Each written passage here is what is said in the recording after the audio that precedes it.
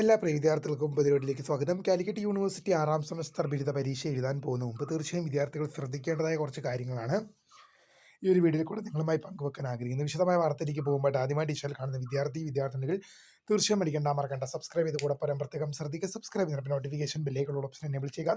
Channel videos നിങ്ങൾക്ക് ഉപകാരപ്രദമാകുന്ന ദൃശ്യ ലൈക്കും കൂടി ചെയ്യുക. അതുപോലെ നിങ്ങളുടെ സുഹൃത്തുക്കളിലേക്ക് ഷെയർ കൊടുക്കാനും കൂടി പ്രത്യേകം ശ്രദ്ധിക്കാം.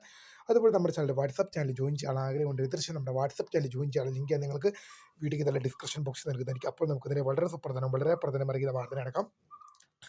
കാലിക്കറ്റ് യൂണിവേഴ്സിറ്റി 6ാം സെമസ്റ്റർ ബിരുദ പരീക്ഷ എഴുതാൻ പോകുന്നതിന് മുമ്പ് തീർച്ചയായും നിങ്ങൾ ശ്രദ്ധിക്കേണ്ടതായ കുറച്ച് കാര്യങ്ങളാണ് ഈ ഒരു വീഡിയോയിൽ കൂടെ നിങ്ങളുമായി ഷെയർ ചെയ്യാൻ ഉദ്ദേശിക്കുന്നത്. ഇവിടെ ശ്രദ്ധിക്കേണ്ട പ്രധാനപ്പെട്ട കാര്യം എന്ന് പറയുന്നത്, ഇപ്പോൾ 6ാം സെമസ്റ്റർ റെഗുലർ പരീക്ഷ എഴുതാൻ പോകുന്ന വിദ്യാർത്ഥികളുടെ കേസല്ല, സപ്ലിമെൻ്ററി ഇമ്പ്രൂവ്മെൻറ്റ്. ഇപ്പം ഇമ്പ്രൂവ്മെൻറ്റുകാരുടെ അല്ല, സപ്ലിമെൻ്ററി. നിങ്ങളിപ്പോൾ നേരത്തെ മുൻ വർഷങ്ങളിൽ 6ാം സെമസ്റ്റർ പരീക്ഷയിൽ നിങ്ങൾ സപ്ലി ഉണ്ടായിട്ട് ഇത്തവണ സപ്ലിമെൻ്ററി ആയിട്ട് രജിസ്റ്റർ ചെയ്ത വിദ്യാർത്ഥികളാണ് ഈ കാര്യം പ്രധാനമായും ശ്രദ്ധിക്കേണ്ടത്. അതായത് എന്താണ്, നമ്മൾക്ക് പലപ്പോഴും വീഡിയോ ചെയ്യുമ്പോൾ നമ്മൾ പറയാറുണ്ട്, പല റിസൾട്ടുകളും വരുമ്പോൾ വിദ്യാർത്ഥികൾ ഫെയിലാകുന്നു. പല റിസൾട്ടുകളും ആ റിസൾട്ട് തന്നെ സ്റ്റുഡൻറ്റ് പോർട്ടലിൽ വരുമ്പോൾ പല വിദ്യാർത്ഥികളുടെയും പാസ്സായി കാണാറുണ്ട്. അത് റിസൾട്ട് വരുമ്പോൾ ഫെയിലാവുകയും അതേസമയം ഒരു മാസത്തിനൊക്കെ ശേഷം ആ റിസൾട്ട് സ്റ്റുഡൻറ്റ് പോർട്ടലിൽ വൈകിയേ വരുള്ളൂ. അപ്പോൾ സ്റ്റുഡൻറ്റ് പോർട്ടലിൽ വരുമ്പോൾ പല വിദ്യാർത്ഥികളുടെ റിസൾട്ടും പാസ്സായി കാണാറുണ്ടെന്നുള്ളതാണ് കാലിക്കറ്റ് യൂണിവേഴ്സിറ്റിയിൽ ഇങ്ങനെയൊക്കെ സംഭവിക്കുമെന്ന് ചോദിച്ചു കഴിഞ്ഞാൽ കാലിക്കറ്റ് യൂണിവേഴ്സിറ്റിയിൽ ഇങ്ങനെ സംഭവിക്കാറുണ്ടെന്നുള്ളതാണ് വാസ്തവം. പല വിദ്യാർത്ഥികളും അനുഭവങ്ങൾ നമ്മളുമായിട്ട് ഷെയർ ചെയ്തിട്ടുണ്ട്. അപ്പോൾ തീർച്ചയായും ഇവിടെ നിങ്ങൾ എന്താണ് ചെയ്യേണ്ടതെന്ന് ചോദിച്ചു കഴിഞ്ഞാൽ, നിങ്ങൾ 6ാം സെമസ്റ്ററിൽ മുൻ വർഷങ്ങളിലൊക്കെ 6ാം സെമസ്റ്റർ പരീക്ഷ എഴുതി സപ്ലി അടിച്ചിരിക്കുന്ന വിദ്യാർത്ഥികളാണെങ്കിൽ നിങ്ങൾ പരീക്ഷ എഴുതാൻ പോകും മുമ്പ് തീർച്ചയായും നിങ്ങളുടെ സ്റ്റുഡൻറ്റ് പോർട്ടൽ ഒന്ന് ചെക്ക് ചെയ്യുക.